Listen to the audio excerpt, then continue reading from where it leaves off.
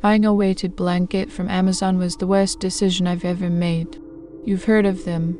They started as a tool to help calm autistic people and people with anxiety and insomnia.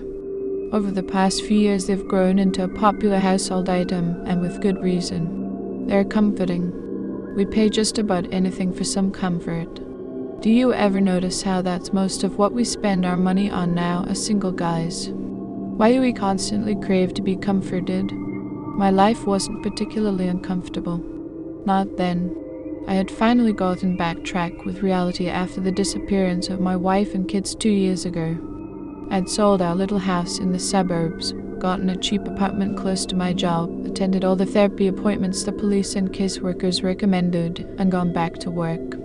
I still couldn't sleep for more than an hour or two a night, even with the medications they gave me, but that was okay. The worst of it was over. Shock and grief can only last so long. I got one anyway, ordered the thing off Amazon. In queen size, like all my bedding, even though my queen no longer slept in it. It arrived ridiculously late. I'm a Prime member, and I selected the free 2-day shipping. But it at least had gotten there, so I didn't send a complaint, despite the state it was in after its long journey, not in the familiar smiley cardboard box, but in a shapeless lump haphazardly placed halfway on my front doorstep, halfway in the parking lot. It had been clumsily wrapped in brown paper and tied with a string, and possibly kicked the hallway here, from the look of it. It's like a quaint, rustic thing, I announced to nobody in particular as I dragged it into my apartment. A present from Grandma, back home, on the ranch. But even talking to myself couldn't convince me. It looked like a bomb, delivered straight off the set of an action movie. The package was beaten up, stained, and the rough jute string was frayed and nearly falling apart. It looked singed in several places, too. It took me 2 hours, 3 gin and tonics, and a hearty microwave dinner to work up enough courage or suicidal depression to actually open the thing. The blanket was bundled into a poorly folded cube, held together by another length of the same string that had bound the paper. I wasn't impressed with its packaging, but the blanket itself looked alright plush, quilted blue microfiber with thick seams, and felt like it was the right weight. It smelled normal, you know, that clean but vaguely chemical-ish odor new blankets have. I checked the tag, wondering if I ought to clean it, but the ink was smeared and blurry. It seemed risky to throw it in a washing machine without knowing the correct settings to use, so I just threw it over my duvet and went about my business. At around midnight, I decided to give it a try. I had nothing left to lose. I'd spent hundreds of dollars on my bed over the past few months, the newest and best quality memory foam adjustable cooling mattress, 1,000-count Egyptian cotton sheets, customizable filling pillows, and none of it had brought me a single good night's sleep. Honestly, I expected the same to happen that night, but it was fun to pretend. I slid between the cool sheets and pulled the blankets up over me. The new blanket was a bit lumpy, but I knew from reading reviews that this was normal due to shipping and would smooth out over time. The weight was immediately noticeable, and to my surprise, I felt comforted. When I closed my eyes, I imagined my youngest 2 had crawled into bed with us and were laying on top of me, suppressing giggles as they tried not to wake me up. An artfully folded section of the blanket at my back became the familiar bulk of my wife beside me, and when I opened my eyes again it was 10 in the morning and I was late for work. I've never been so thrilled to receive a write-up. That weird chemical smell didn't really fade, though, and gradually it became more noticeable. By the end of the week I could smell, or imagined I could, the strange, neutral odor on my skin, even after a shower. By the end of the month it had become unbearable.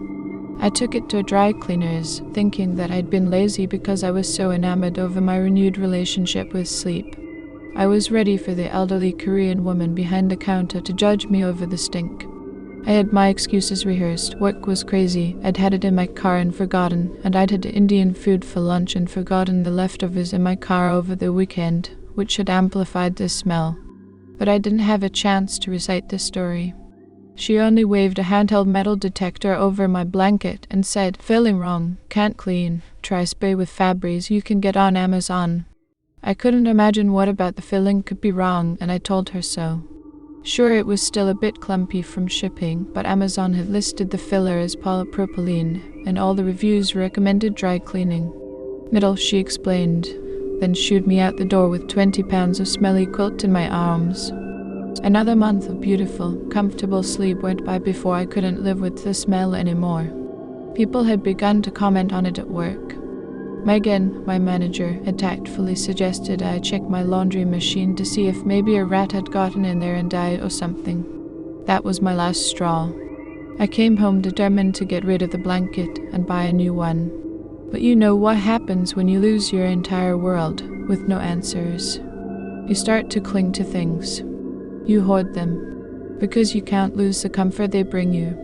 I tried 6 dry cleaners before I found one who spoke enough English through a heavy Boston accent, but you can't have everything to explain it to me.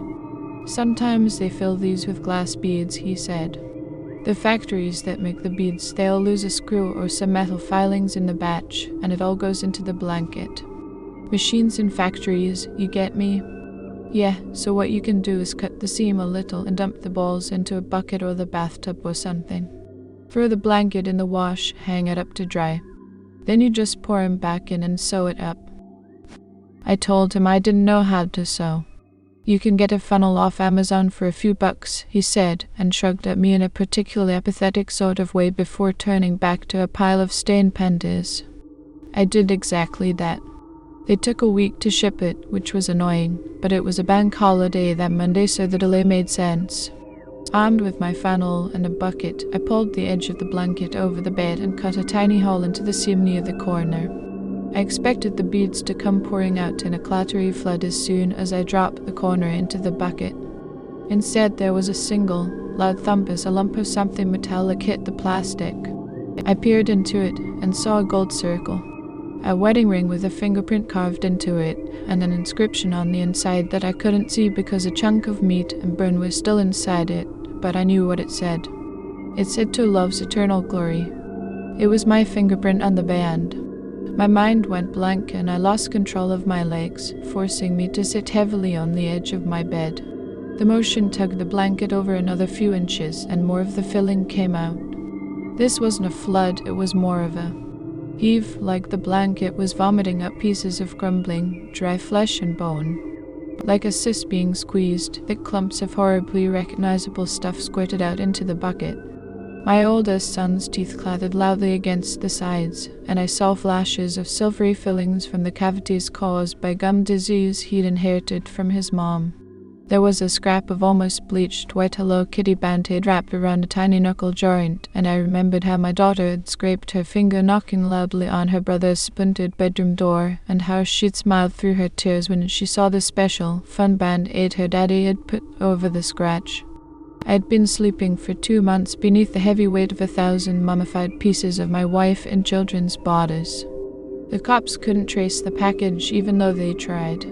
The security cameras in my apartment complex showed an unmarked brown van with no license plate, which dumped the package directly from a window onto my front step. There was nothing to track. Amazon's lawyers provided evidence proving they'd packed and shipped the correct boxed and labeled blanket.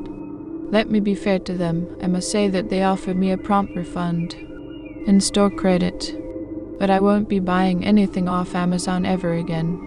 I've gotten rid of my Echo. That was the first thing I threw out, along with all my new bedding, and I cancelled my Prime membership. Just for good measure, I threw out my smartphone and smartwatch as well. Amazon and smart technology are convenient, and that's great, but it's not worth the risk if things like this can happen. It's the only possible explanation. After all, how else could they have found the bodies?